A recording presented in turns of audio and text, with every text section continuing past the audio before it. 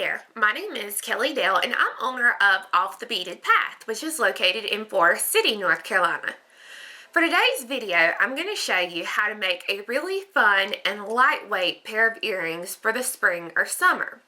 Now, to make these earrings, what you're going to need is a size 11 seed bead, not a delica, just a regular 11. You're going to need a size 15 seed bead. You want 8 4mm, they can be rounds or bicones. Then you're going to need some chain, some very small chain, which I'll talk to you about later. A pair of ear hooks, 2 6mm bicone or round beads, and 2 eye pins. I'm going to be using, you can use either a size 10 or 12 beading needle, and you can use 6. These are the earrings that I'm going to be showing you how to make today. They have a fan shape to them, so they're really fun. And with being just made out of a few seed beads, they're very, very lightweight for the spring and the summer. Everywhere you see the dark burgundy bead, that is my size 11 seed bead. The size 15 seed beads are the gold, so they're going to go in between the 11s. And then you can see your 4mm rounds here along the bottom edge. Your bicones are at the top. So this is, I'm going to show you the 4 color samples. This is the first one. This is one of my favorites that I did this time. This is a cream. It's called buttercream for the 11s. And the 15s are a very light bronze. And then I used a light brown 4mm. My bicone is a sand opal double AB, so they're really, really great to wear with anything brown or, you know, just anything that you can wear for the summer. My third sample are these black and white ones. You can never go wrong with black and white. I used the Fireline clear, the 15 black 4mm crystal, and then I used a black 6mm, along the top. Now my fourth and final pair go right on trend with all this clothes that you're seeing in the stores this summer, this spring. The 11s are a mint green. I think it's called pale mint green is the color that I used. The 15 is a very light pink. The 11s are a matte, or the 4mm are matte white, and then I used a crystallite opal up here for the 6mm. Everywhere in stores right now you're seeing these mint colors, so I thought this would be a fun pair to make, and I actually bought a dress for the summer that has these colors in it, so I'm excited for this. But for today's video, I'm going to be using a size 11. This is called avocado, matte opaque avocado. My 15s are a opaque dark blue. And then this is the first pair that I'm going to try using bicones on rather than the round beads here at the bottom. So I'm going to put a bicone in place of the round and we'll see how that turns out. I'm going to be using 2 6mm golden shadows. And then here's my chain I'm going to be using. It's just a very, very small length chain.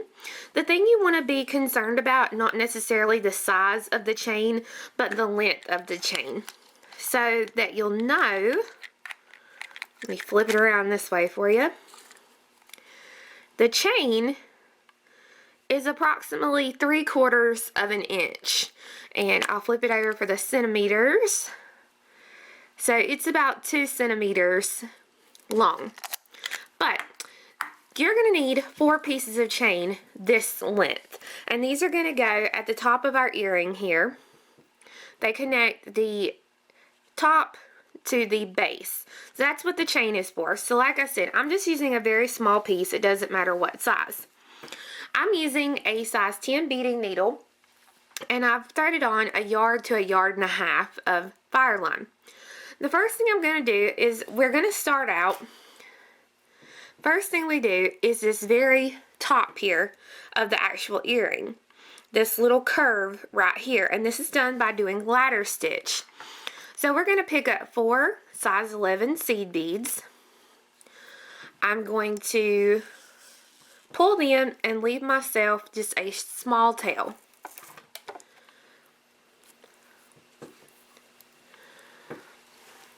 Coming up from the tail, I'm going to go up through those first 2 beads of the 4 that I threaded on.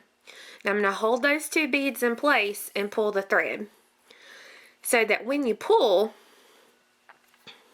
your beads should sit side by side just like this. Now you're going to take your needle and you want to come right down through the 2 beads that you did not go through in the previous step. Pull that on through. You're doing what's called a ladder stitch right now. I'm going to pick up 2 11s. Your thread is currently coming out of the bottom of the stack you just went through. So you want to take your needle and you want to come down through that same stack so that you're making a circle. The 2 new beads sit right next to the 2 older beads. You're going to take the needle, you're going to come right up through the 2 beads that you just added.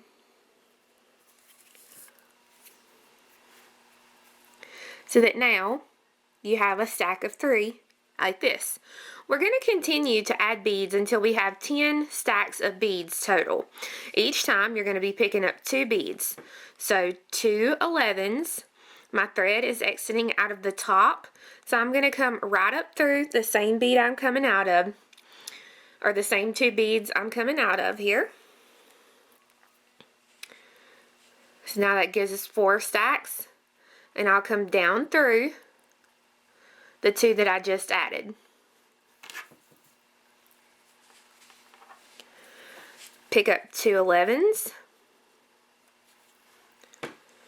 My thread is coming out of the bottom of the stack, so I'm going to come around and down through the same 2 beads I'm coming out of to make my circle. Come up through the 2 beads that you just added.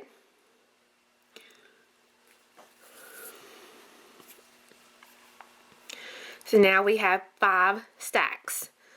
So pick up 2 11s. Thread is coming out of the top, so I'm going to come around to make my circle. I'm just going to go up through those 2 beads.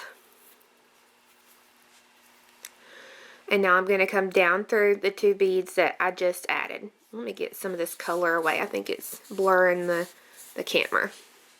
There we go.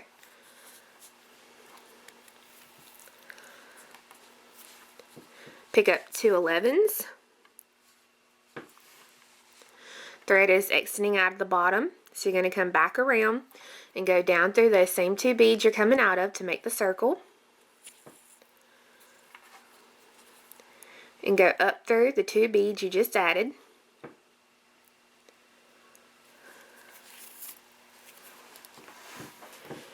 Two 11s. Come up through the stack you're coming out of.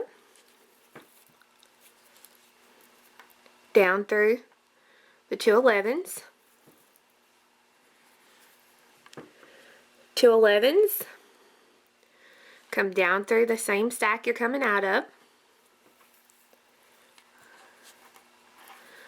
Up through the 2 you just added. So now this gives us 2, 4, 6, 8, 9. So 1 more stack. So 2 11s. Come up through the bead you're coming out of. And then you need to get into position by going down through the last stack there. Alright, so now you should have 10 stacks of beads. You should have your tail coming out of the very first stack and your working thread coming out of the very last stack. Now all I'm going to do is I'm going to simply flip it up like this so that I'm working along the top. If you're left-handed and you're more comfortable, you can flip it this way so that you're working, the opposite way. It's completely up to you. This is going to be turn out the same way whether you're right-handed or left-handed, so it doesn't matter if you flip the thread or the beadwork. So you're coming out of the last stack. We're going to pick up 2 11s, coming out of the last stack, and I'm going to go right down through the stack right next to it. You're going through the whole stack, so both beads there. Pull that through, and when you pull it through, your 2 beads should now sit catty-cornered side by side. You're going to come up through the next stack of beads, pick up 2 11s, come down through the very next stack of beads there, and that'll give you 2 more beads that are kind of catty-cornered side by side. Up through the next stack, and at this point what you're working on is you're doing herringbone stitch. I'm going to come down through the next stack,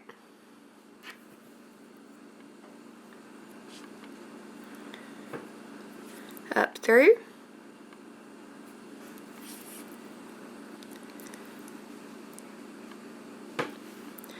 down through the next stack, up through, and then finally down through the next stack. So when you finish, this is what you'll have. We need to get into position for our next row. So we're going to come up through just 1 bead of that second stack. So just that first bead. Then we're going to come back to this first stack, and we're going to go up through the top 2 beads of that stack. So originally come up through the first bead of the second stack. Now we're going to go up through the 2 beads of the first stack. This gets us into position to start the next row. Alright, 2 11s, and we're going to go down through just the top bead of the next stack. So we're not really worried about any of these lower beads now, just the ones here along the top. So go through the top bead, and you want those 2 beads to sit right on top of the others. Now this is where we're going to start what's called an increase in herringbone stitch. So you're going to pick up 1 15, and you're going to go up through the next 11 on that row, so that the 15 will sit right in that space. Pick up 2 11s, come right down through the next 11 on the row,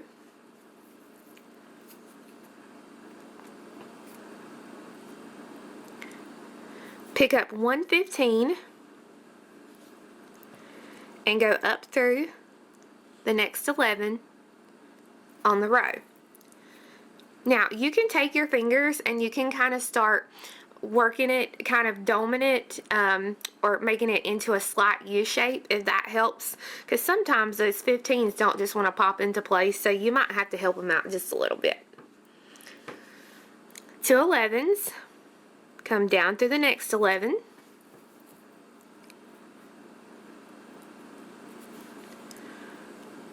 one 15, go up through the next 11,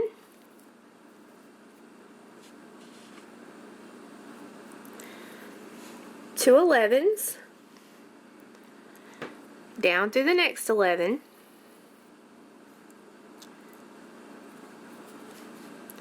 and finally 1 15,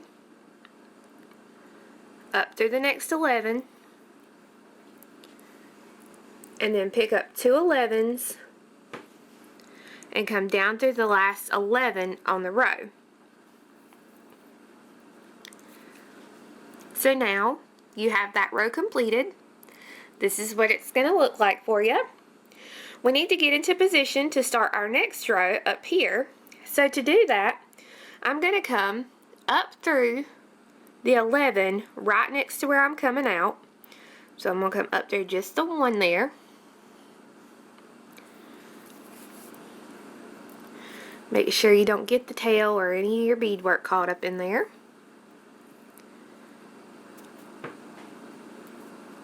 There we go. And then come up through the last 11 on that last row that you just finished. This gets us into position to start the next row. Pick up 2 11s, go down through the next 11,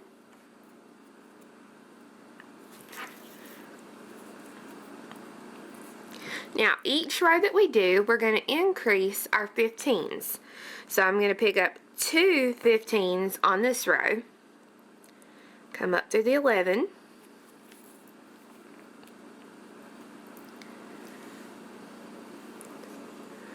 two 11s, come down through the next 11,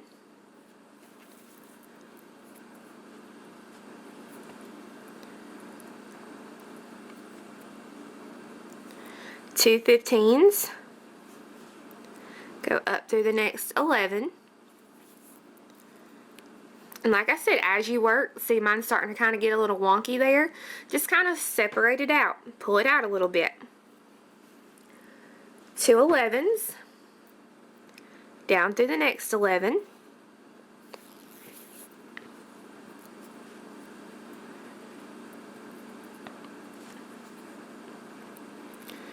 sometimes you have to make those 11s sit the right way. 2 15s, go up through the next 11,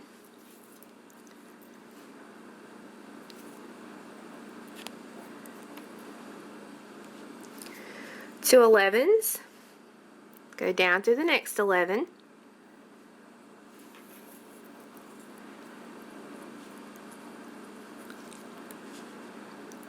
two 15s, go up to the next 11,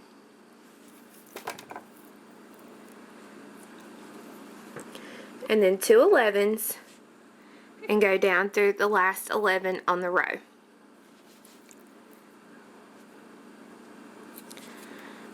You're done with that row.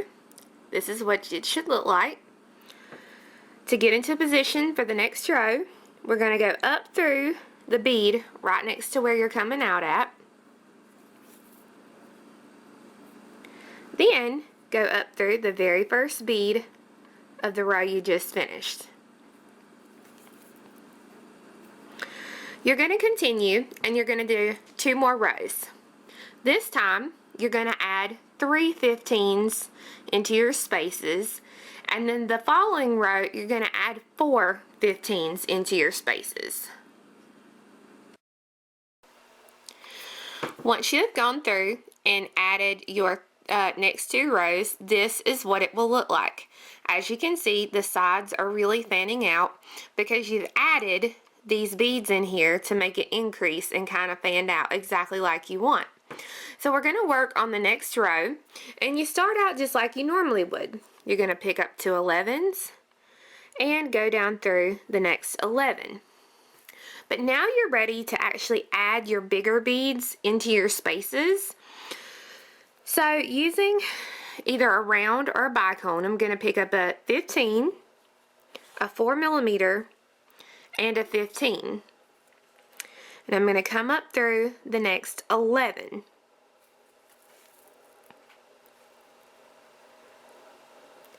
Pick up 2 11s.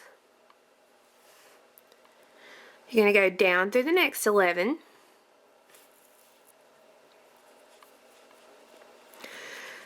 The next 2, we're only going to put on a 4mm. We're not going to put the 15 before and after. So we're just going to pick up a 4mm and go up through the next 11.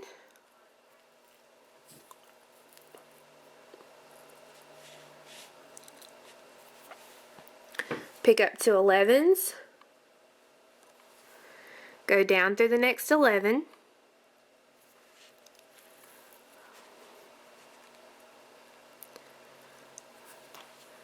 Pick up 1 4mm.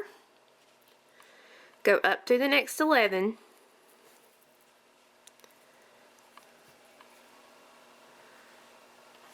pick up 2 11s, go down through the next 11, and then finally you're going to pick up a 15, a 4mm, and a 15, and you're going to come up through the last 11 on that row. So that this is what you'll have so far. You got to finish out this last little column here, so we're going to pick up our 2 11s, go down through the last 11, get yourself into position for the next row. Now on the next row, we're not going to add any 11s. So we're simply going to go down through the 11 right next to where we're exiting.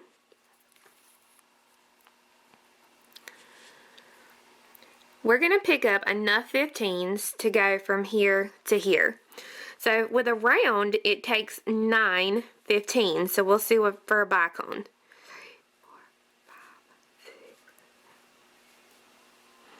So again, if you're picking up, count here, make sure what I got. 2, 4, 6, 8, one more. So if you're picking up the round, you'll have 9, and it looks like it's going to be the same for the bicone. So 9 15s, and you're going to go up through the next 11.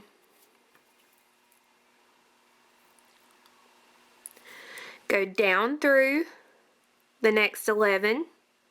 Not adding 11s, just going down through the 11s.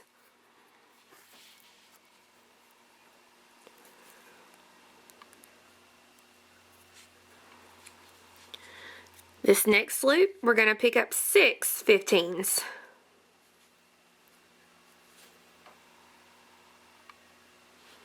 Go up through the next 11.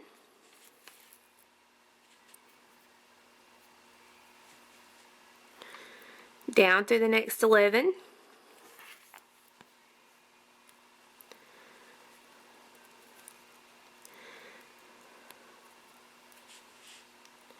Six 15s, up through the next 11, down through the next 11, and then the last one is 9 15s. And you go up through that last 11. So that when you finish, this is what you should have. Now, some of your 11s here will sit sideways, and if you want to, you can just kind of take your needle and straighten them out so that they'll both lay exactly the same way there. That's completely fine. If not, that's okay too. Totally up to you. It's your earring now. So when you finish, this is what you'll have. You're going to take your needle and you're going to go up through 6 11s on that last stack so that your tail and your working thread will come out side by side. And you want to tie those two together into a couple of good knots.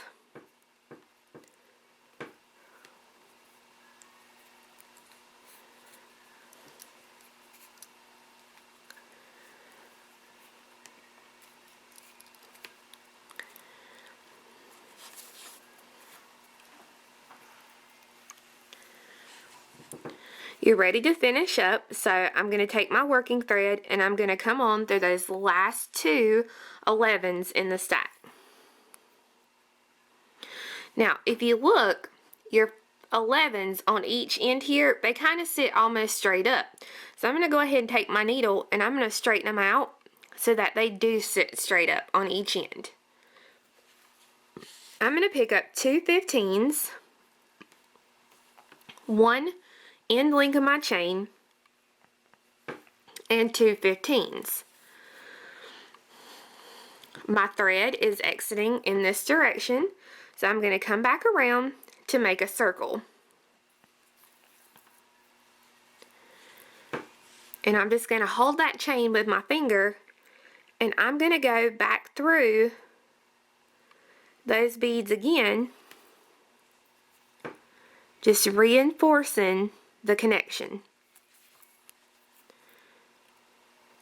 And you can go back through this as many times as the needle will allow you to. Normally, once I've added the beads, I'll go through it 2 more times. So I went through it once. Now I'm going to go 1 more time.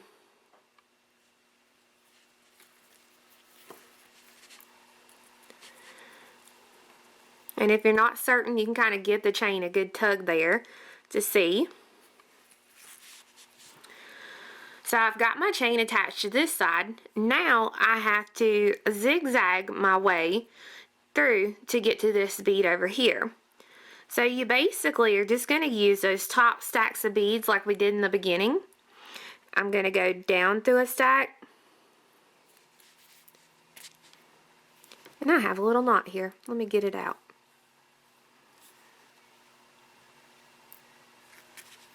Here we go. Up through a stack,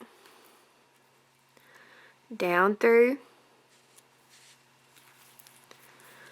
up through. You're just zigzagging back around to get to that last stack.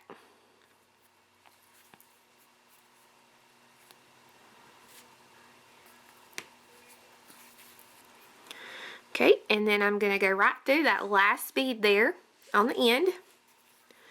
And I'm going to do the same thing that I did on the first side. I'm going to pick up 2 15s, the end link of my chain, and 2 15s. I'm going to come back around through the same bead I'm coming out of to make my circle.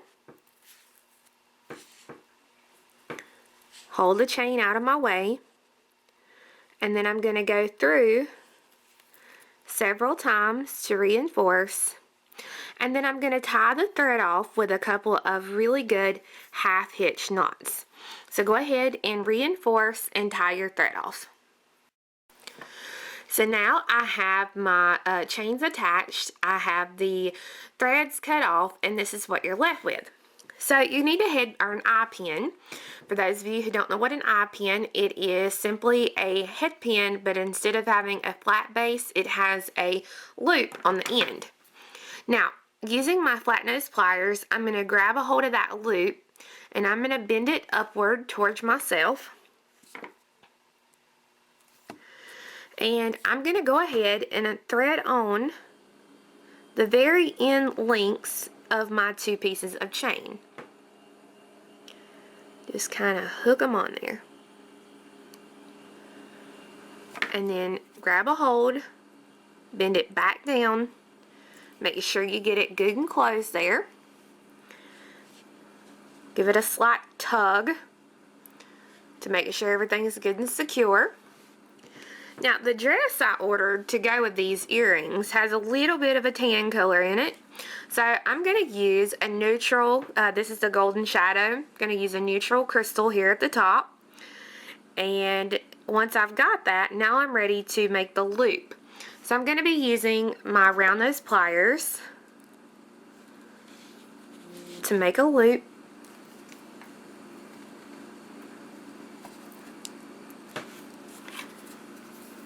Then I use my flat nose pliers to wrap. And you just wrap until you meet the bead. Trim off that little wire. And if you have a little tail sticking out, you can take care of that.